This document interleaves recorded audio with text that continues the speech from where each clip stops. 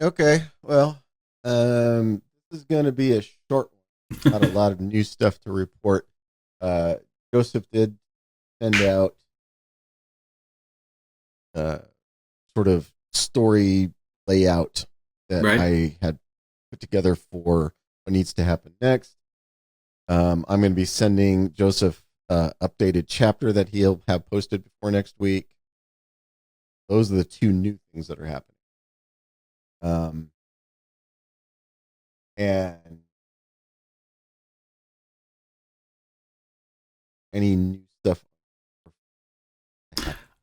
Right now I think it's all still on your plate Yeah. Yeah. unless I'm Well, the overlooking rewrite something. of the chapter is definitely on my plate. Yeah. And then we need to figure out what the next actual chapter is going to be. Like in a beat outline. I don't know we have that yet. We do not have that yet. But um,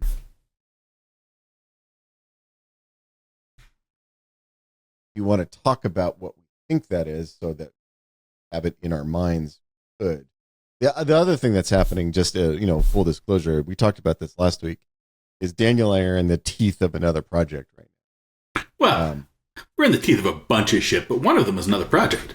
Yeah, well, and yes, that is correct. So there's also personal shit going on that is making things much more complicated. We won't go into detail on that because the people involved have not given us permission to talk about it. But and it would there's be a rude. lot of personal shit happening that has to be dealt with, and we're still writing another book in the Captives War series, which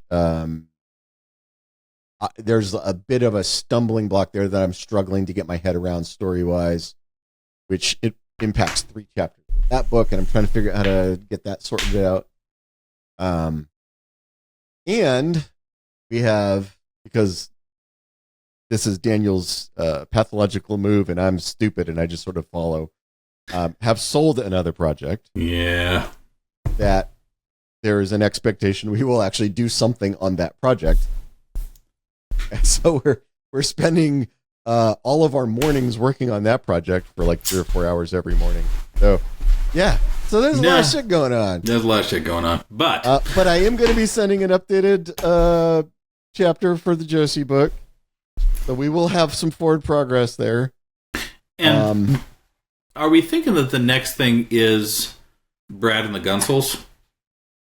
That's what I think it is, but before we do a beat outline of it, we should talk about it and make sure that it's right. I mean, which we could do now if you want. If you want to talk about that, or do you want to hold off talking about that until next week? We can. I feel like we can.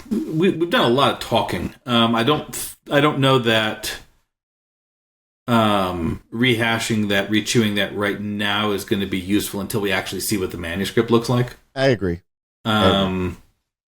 So I mean, I feel the urge to like have useful conversations and have all these folks who are hanging out with us have something to watch. But on the other hand, maybe we should, because we gotta give the people following this project some rewards here. Is it time to maybe do another Q&A? Those are sort of like value added recordings.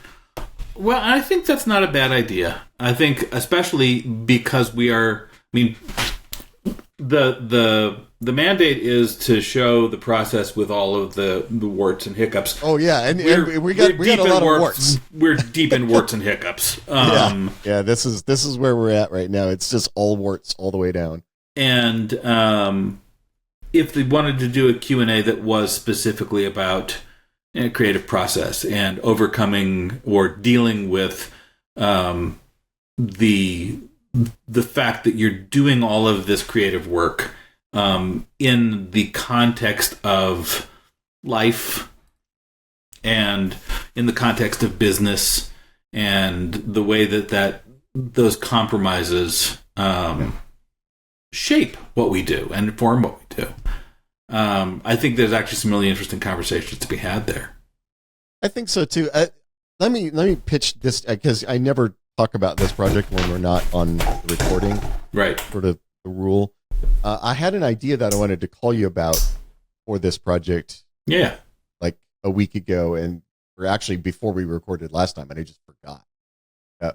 But we were talking about all the shit we had just finished doing, which was, the promotional stuff for the first Captives War book. Yeah. We talked about how much time that took and all that. And I had a thought after we finished that conversation. I was like, who might be an interesting person to talk to for one of these sessions is Ellen. I think that would actually be fascinating. I don't know if she'd be down for it, but we could certainly ask. So Ellen Wright is our publicist at Orbit. At Orbit, yeah. So she's specific. She doesn't work for us. She works for Hachette, which is the publisher that has the Orbit imprint. And she specifically works on Orbit projects, which of course we are by Orbit. One of, yes. So we are one of her writers that she does publicity for, PR for. And she organized our little short signing tour that we did. She actually met up with us when we were out in Washington D.C. for the National Book Fair. It's the National Book Fair. National Book. I think Festival. It's festival. Yeah, National Book Festival. National Book starts with an F. Yeah. So she met up with us out there. So we did a couple of signings with her, sort of taking us around in Washington, D.C. to the various bookstores. She was there at the festival with us when we did our panel and all that stuff. And our insane signing that we did there that went on, that I think that line had infinite people. Yes, it did. They eventually just had to stop it. They were like, we have to just stop the line now because there's infinite more people in the line. Yep. But she was there for all of that and sort of managed the whole process and guided us through the thing. And also managed all of the travel arrangements and everything.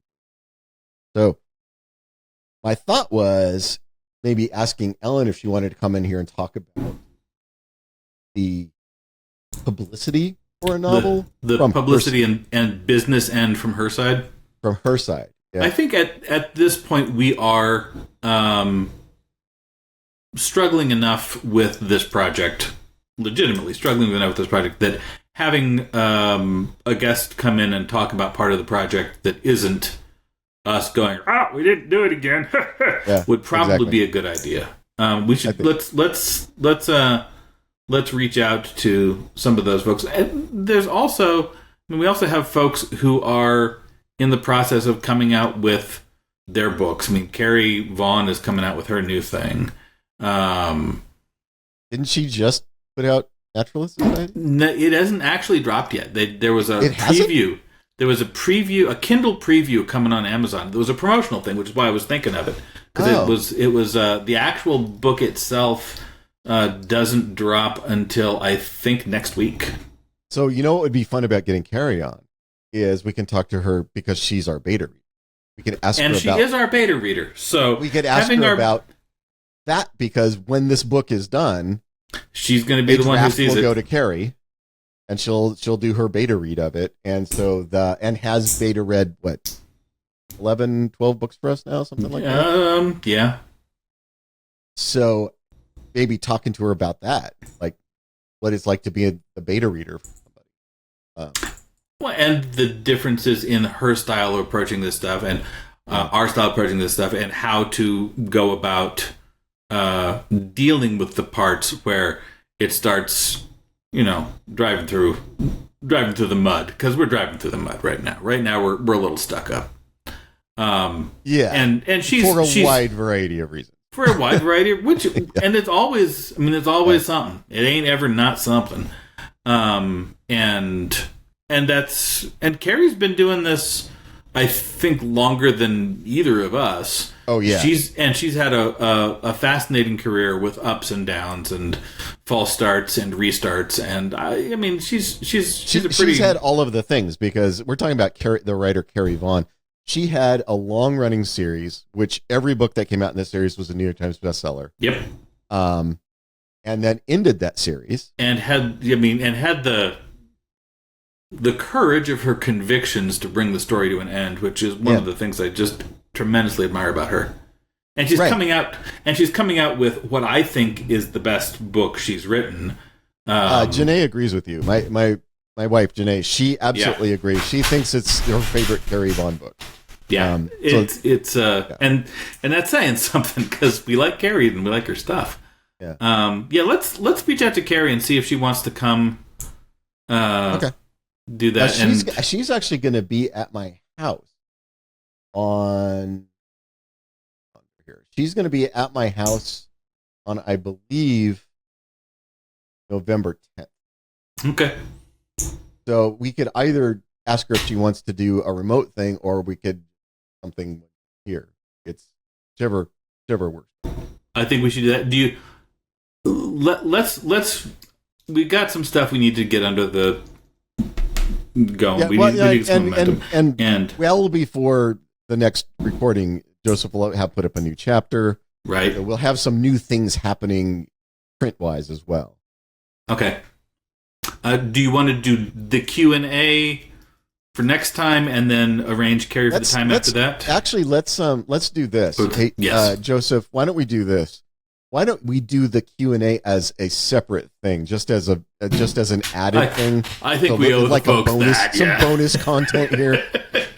So if you want to post on the site that we're doing another Q&A related to the stuff we've been talking about, we could maybe record that this weekend, or that sounds great.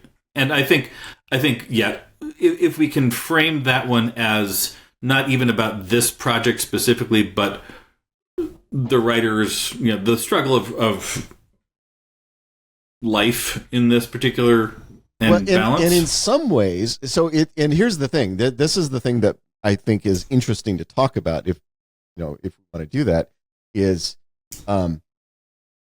you struggle when you're starting, as you did, because you're writing 1,000 stories so that you can send them to 1,000 different places and maybe one of them gets published, right? Right.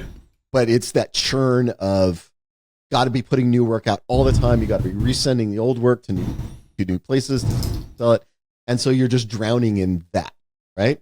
Mm-hmm. Then you get successful, and you are then cursed by your own success, because now and then you're drowning in that. It's super easy to sell stuff. And your brain is like, oh, I must sell everything that I can possibly sell, because your brain was trained by struggling as a baby writer to never pass up a sale. Now, anytime anybody says, hey, I would like to buy a thing from you, go, that sounds amazing, and I will totally sell you a thing. And then you realize, oh, I've just sold 100 things, and while that's great because they will give me money for those things, the downside is now I have to write 100 things. Which reminds me, I got our copies of Last Dangerous Visions in the mail, so I need to send one to you. Please send me one. Yeah. Yeah. Speaking of which, just saying, Mike Straczynski reached out. What was that, like 2 years ago? Yeah. Yeah. So like Mike Straczynski reached out, which, Daniel and I are both Babylon 5 fans. So that was cool that he was interested. And he said, hey, write a story for Last Dangerous Visions, which anybody who knows that, the backstory on that, there were 2 Dangerous Visions books. They were anthologies published by Harlan Ellison. Harlan Ellison, thank you. For some reason, Warren Ellis was stuck in my head, and I knew that was not right. Yeah. Harlan Ellison is not Warren Ellis. No, they are different people. So Harlan Ellison published these 2 anthologies, Dangerous Visions and again Dangerous Visions, right? Mm-hmm. And then collected a bunch of stories for what was supposed to be the final Dangerous Visions or Last Dangerous Visions or whatever, and bought a bunch of stories. Like, I think by last count, he had bought like 100 stories for it or something like that. Yeah, something huge. So it was clearly a project he could not get past. And then he died. And somebody, I think the Ellison estate reached out to. I don't know exactly. I mean, there's an essay about the whole process in Last Dangerous Visions that Straczynski addresses kind of the oh, that's cool. The painful creative process behind that anthology. But part of the painful process of that was, us. So yeah, because what he did is he kept some of the stories that Harlan had bought, and then was like, I will need to add more stories. So asked a few writers modern writers to contribute. And one of which was us. And yes, and as with all things, there was controversy and compromise and problematic shit going on, and that's just the world. That never seems to stop. So yeah, I unlike Daniel, I have the capacity to say no, even when it's something I would really like to do. I have said no a few times, but normally it's only the thing I'm good at saying no to is like going places and seeing things or travel. But writing new stuff, especially because it's all fun. I mean, everything we're doing is fun. It's just exhausting, but fun. There's my disease. And there's a writer we admire a great deal, that we both admire a great deal, whose wife reached out to us and said, "Hey, would you want to do some work in the universe that this writer created to help kickstart getting his backlist published again?" And of course, Daniel said yes. Because of course I do. I mean, it'd be great. So I on the other hand, when the people who publish Conan the Barbarian books reached out and said, "Hey Ty, we're here. You're a huge Conan fan, and we would love to buy a book from you for Conan." I said, "That sounds amazing. I love Conan, and I am not going to do that." So yes, that for the Q&A, looping back, the questions of management and creativity and balancing life with business, with creativity, with the art, with the work, I think is that's a great place to spend a little time talking about why we are in the doldrums we are presently in. And then also setting up Carrie to talk about her version of what we're doing. And by the time we're done with those two things, the extra content of the Q&A, and hopefully, we haven't talked to her about it, but hopefully Carrie coming and talking to us. Yeah, we'll have some more work that we can put out. We'll have thrown some rocks under the spinning wheels and maybe get back up on the highway. So here's the question. Yeah. So normally this recording wouldn't go up till next Wednesday. The question I have is, since we're doing the Q&A as extra content, do we want to put this recording up? I don't know what Joseph's turnaround time is, but do we want to put this recording up as soon as possible as an extra thing and putting out the call for questions, and then do the question answering on next Wednesday? That's going to be a Joseph question. I don't know what the production schedule looks like. What is your feelings, Joseph? I don't want to have our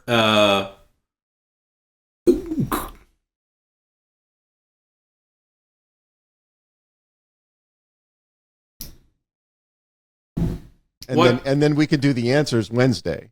Yeah, let's do that. And then I'll reach out to, or either of us can reach out to Carrie and say, "Hey, you want to do this thing?" And then if she wants to do it while she's out here, we've already got some stuff up. Does that sound good to you? That sounds good to me. Let's do that. Okay. All right, so good to see all y'all, early, because we have even less than usual. And we'll see you again next Wednesday to answer your questions. And we will be answering questions and adding more chapters to the book, and it'll feel like we never stopped. Yes. Sort of. Sort of. Smoke, mirrors.